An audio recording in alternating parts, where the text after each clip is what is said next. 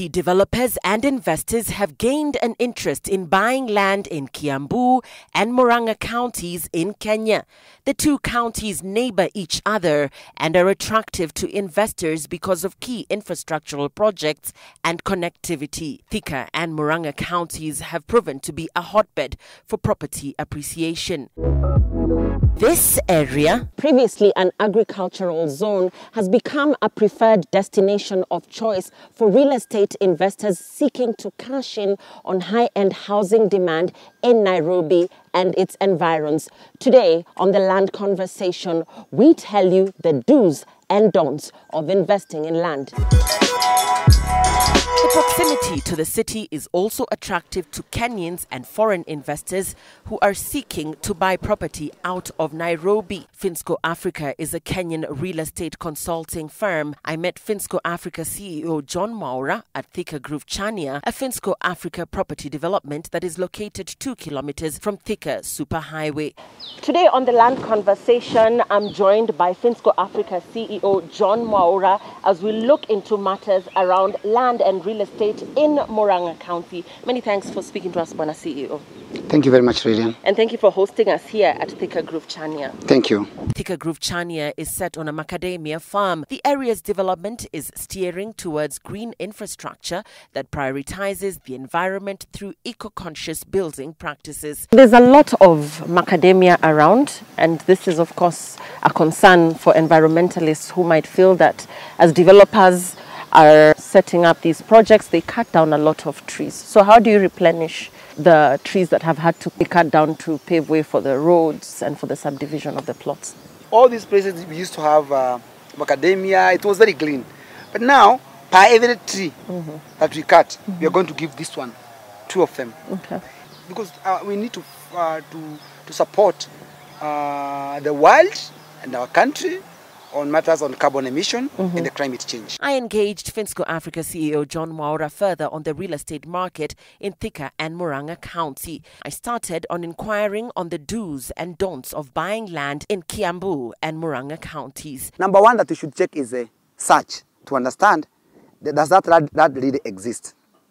Once you do the search of the RAD, now know, yeah, the RAD is there.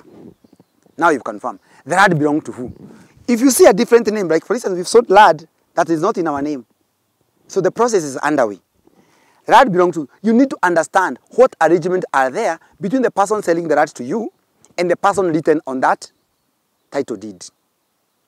Okay? So you need to understand that one.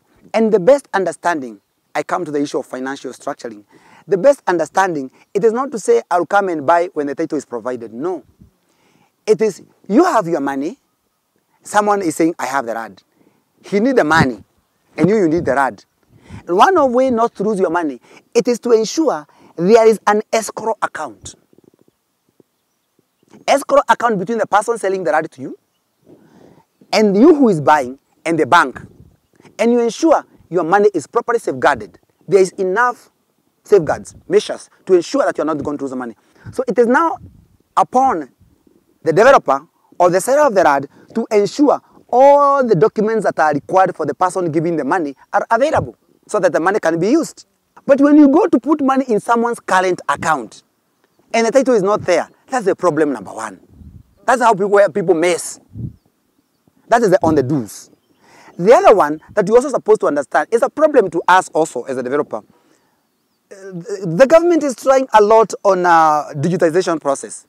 But even on the digitization process, it's a problem. Digitization process should now happen to all counties, such that if today you want to have RAD, you don't need a road. You need to go to the digital to see RAD belongs to who. And you can even understand when a road subdivision, you can tell how the process is. A storm is brewing over the implementation of new land rates, particularly when you look at Kiambu County. Okay. But just generally, what is the feeling of investors on the ground about this new development? I think, Lillian, there have been some mismatch when it comes to policy, both at the national level and at the county level. Because you realize we are one unitary government.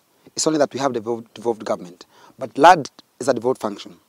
Agriculture is a devolved function. But as we speak today, on any project that you want to have, especially as in real estate, any project that you want to have, it must go through, it has to start from the county, go to the national government, come back to the county. This means if you want to subdivide a piece of land, you have to get approvals from the county, you have to go to the Survey of Kenya, then at the same time, you go to the Adi House to get the certificate. But now, after getting the certificate, you have to come back to the county for the printing of the same so that you can get a title. Now, there are some few mismatches that normally happen because RAD matter is being managed specifically at the county level. So the approval is domiciled at the county level. But you look at some of the policies that are set at the county level and the one that are at the national government, and you look at the general overview from the planning handbook, they are not in tandem. So we end up finding that as who are in real estate, sometimes you go at the county level, you want the approval, but the whole journey, there are so many fees that are supposed to be paid. The fees number one that someone in a real estate normally pay, you pay fees either for the change of use. After change of use, you want to subdivide the land. You pay for the subdivision. You pay at the county level. After you move that, then you go with your document when they are approved, you go with the Survey of Kenya. That's where you normally go get LI numbers. After there, you have now to take it to Adi House. With all these things, there are so many other documents that you're going to be requested. But if at the county level, the documents are stuck there, even at the national government, there will still be a problem because the money will not come. People will not pay stamp duty. People will not pay, the owners of the land will not pay capital gain. And we as a developer, we are not going to pay income tax. So at the end of the day, government right now is struggling to see how are we going to raise revenues, but at the same time, the problems are at the county level. The country is grappling with serious land issues such as double allocation, encroachment of public land, lack of zoning and enforcement, informal settlements, renewal of leases, fraud, informal sporadic settlements, squatters, disputes, among others. We have cases which are living in court for over 20, 25 years in court. How? How can we have a case in court for 20 years? And they have been arguing for 20 years. Injunction after injunction, injunction after injunction, 10 years injunction, 20 years injunction. And the amount we are losing because of those issues. Let me tell you the problem. The problem is, I'm there somewhere, bought land, and somewhere I went and married 2 wives. All not even married, he went and got another family. But he's living in one family. That one family, they are living well wherever they are living. But there's another family which are also entitled according to the constitution per unit. That's how the law says. But you find those other people will go to court and they make it very complicated. Or these other people, they also go to court and they respond in a very complicated manner. That issue ends up in court for so many years. The people who lose most is you go in a family setup and you go buy land in a very good way, in a commercial transaction, but you end up suffering like them. Remember, they might not suffer because land still belongs to them. But they suffer financially, economically, because they're not going to get the money. The customer who was innocent, the developer who was very innocent, you find yourself being pulled to court. I'll urge our good president, please add judges and magistrates to handle matters concerning RAD, and you add as many as possible. Because the salary at which we are going to pay those judges as a country, comparing with how much we are losing because of those matters remaining there, it is uncomparable. Alternative way of doing is what you call alternative dispute resolution. There are so many dispute resolution people. There are so many, even some of the lawyers are very good in that. They can help. And I'm very happy to our president of the judiciary, that is Madam Kombe. He is really trying to enforce that one in Kajiado County. It is happening so well in Kajiado County. So, from a long-term perspective, what are some of the opportunities and challenges in the Kenyan real estate market? Please, our governors, our chief registrars, our PS, please sit down together and try to see how are we going to uplift our economy on real estate. Don't press us.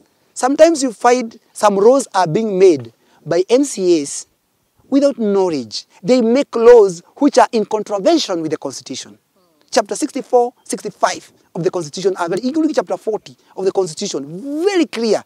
We have a whole land chapter, chapter 5 of the Constitution. That's very clear on communal land, on private land, and on private land. But sometimes you go and find some laws that are being made by some MCAs without knowledge. They make laws that are in contravention with the Constitution. When those go to the court, they are lettered and constitutional. Why would you want to waste a whole afternoon, a whole day, discussing matters that you have not even read the Constitution, or even understanding the whole planning act? Because the whole act concerning the planning.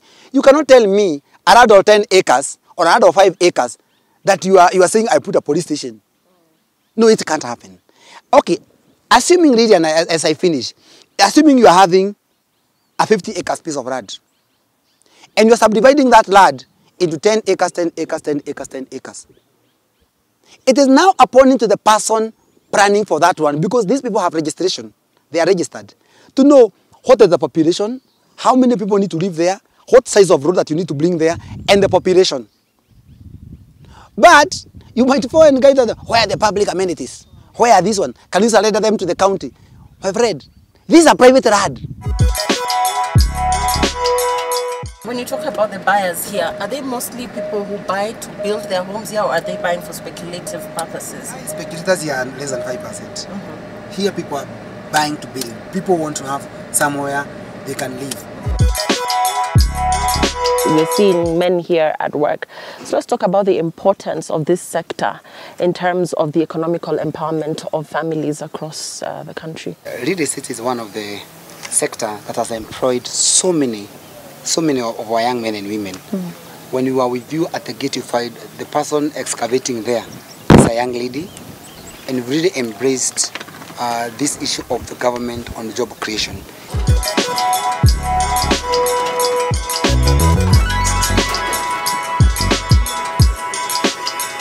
That's today's episode of The Land Conversation. I've been speaking to Finsco Africa CEO John Mora. Many thanks for speaking to us once again. Thank you, Lillian. And remember, The Land Conversation is where we engage industry experts on matters to do with all your land questions, whether you're looking for investment opportunities, whether you're looking for expert advice on matters to do with land. This is your one-stop shop.